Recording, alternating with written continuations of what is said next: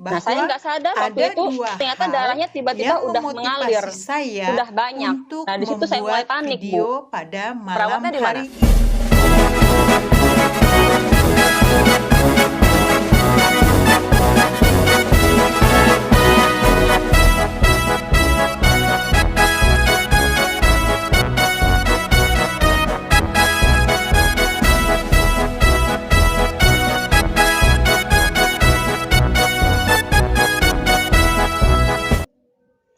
Halo teman-teman, yang kenal maupun yang tidak kenal, selamat datang di channel Ece Penio.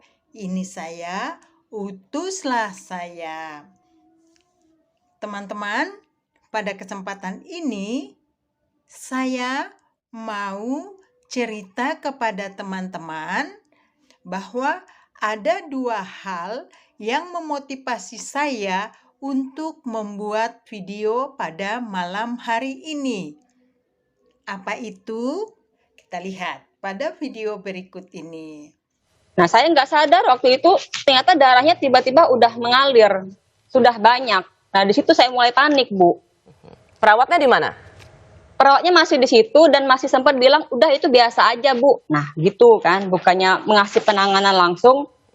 Dia bilang, udah itu biasa aja, Bu. Ibu sih tadi langsung digendong. Nah, kan saya langsung, perawatnya kok kayak gini. Jadinya saya langsung perawatnya cuma kasih tisu kamar mandi, suruh saya teken-teken lagi. Ya panik, Bu, saya, Bu. Sebagai anak udah lihat anak saya udah berdarah-darah. Saya langsung lari keluar minta bantuan. Karena sudah sangat panik.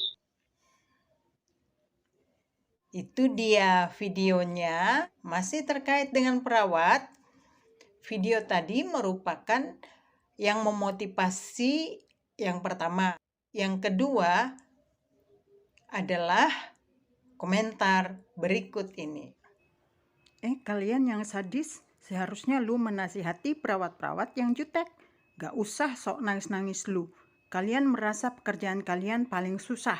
Setiap pekerjaan itu ada resikonya. Kalau lu merasa menjadi babu pekerjaan sebagai perawat, lu gak usah jadi perawat. Gila lu.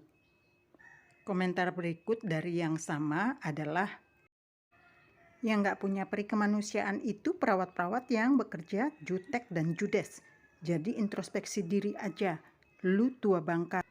Gak usah berlagak merasa paling sengsara. Lu udah lihat ada tuh di YouTube, perawat menyuntik mayat bukan manusia yang hidup. Kayaknya lu salah satu perawat yang jutek dan gak ikhlas kerjanya. Makanya lu tersinggung. Gak usah jadi perawat lu NJ, bintang, NG kalau merasa jadi babu. Kesal gue.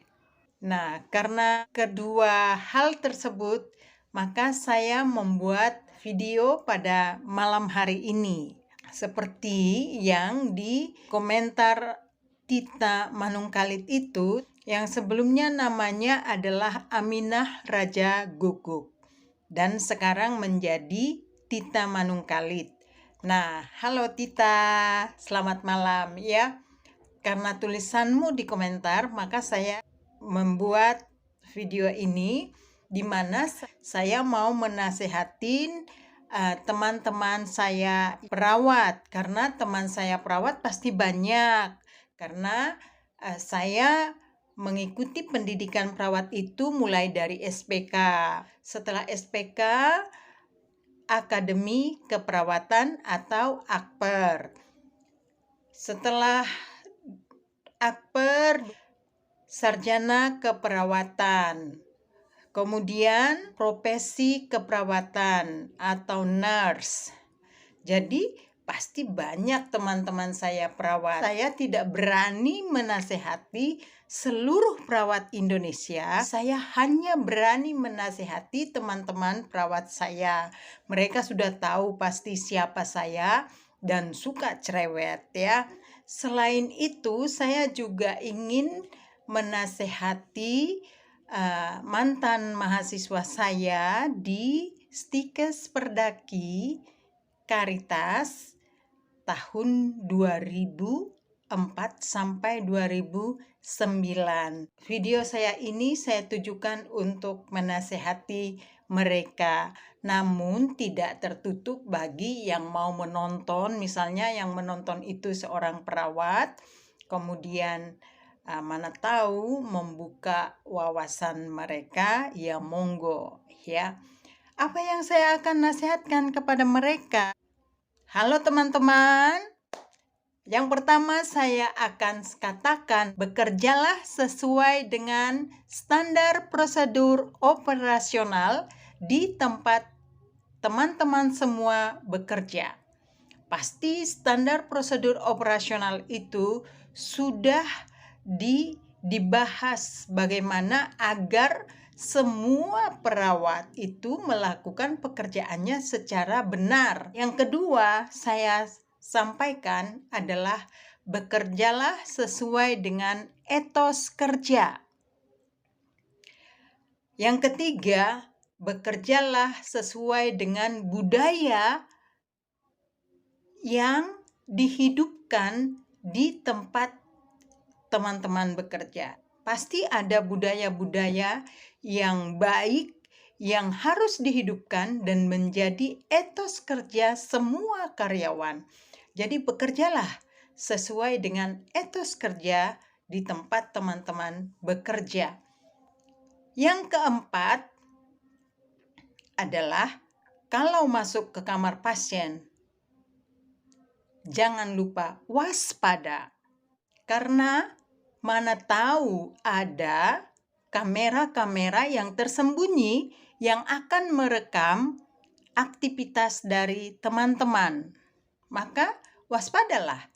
Walaupun sebenarnya di banyak instansi sudah ada larangan untuk tidak merekam di lingkungan rumah sakit, baik di kamar pasien maupun di ruangan lain tanpa seizin dari manajemen rumah sakit. Tapi ada juga pasien-pasien ini yang suka tidak patuh atau bandel. Maka teman-teman jangan lupa untuk waspada. Waspada. Karena bisa saja ada yang sengaja melakukan jebakan-jebakan. Ya kita tidak tahu. Kemudian waktu saya menonton pernyataan dari Ibu Melissa di pembahasan Sep Perawat Indonesia oleh Kompas, karena melihat video itulah maka saya mengatakan waspada. Karena kalau menurut saya, menurut analisa saya, kalau orang yang sedang cemas, kemudian oh ini ada darah ya gitu ya, sedangkan kalau kita perawat saja, kalau misalnya ada darah kita sudah cemas langsung cepat-cepat bertindak seperti itu. Nah ini orang tua yang tidak biasa berhadapan dengan darah, kemudian ada darah katanya banyak seperti itu, tapi kok masih bisa moto-moto, menjadi sesuatu pertanyaan bagi saya. Saya pikir bukan saya saja yang bertanya seperti itu, mungkin yang lain juga akan bertanya, loh kok masih bisa moto-moto ya? Padahal katanya cemas gitu kan. Nah ini yang mengganjal di hati, tapi apapun itu tentu saya tetap peduli agar teman-teman perawat melakukannya dengan benar. Itu. Jadi yang ingin saya sampaikan kepada teman-teman perawat yaitu pertama, bekerja sesuai standar prosedur operasional. Yang kedua, bekerja sesuai dengan budaya yang ada di instansi masing-masing yang menjadi etos kerja, dan itu tentu mengacu kepada visi misi dari masing-masing instansi.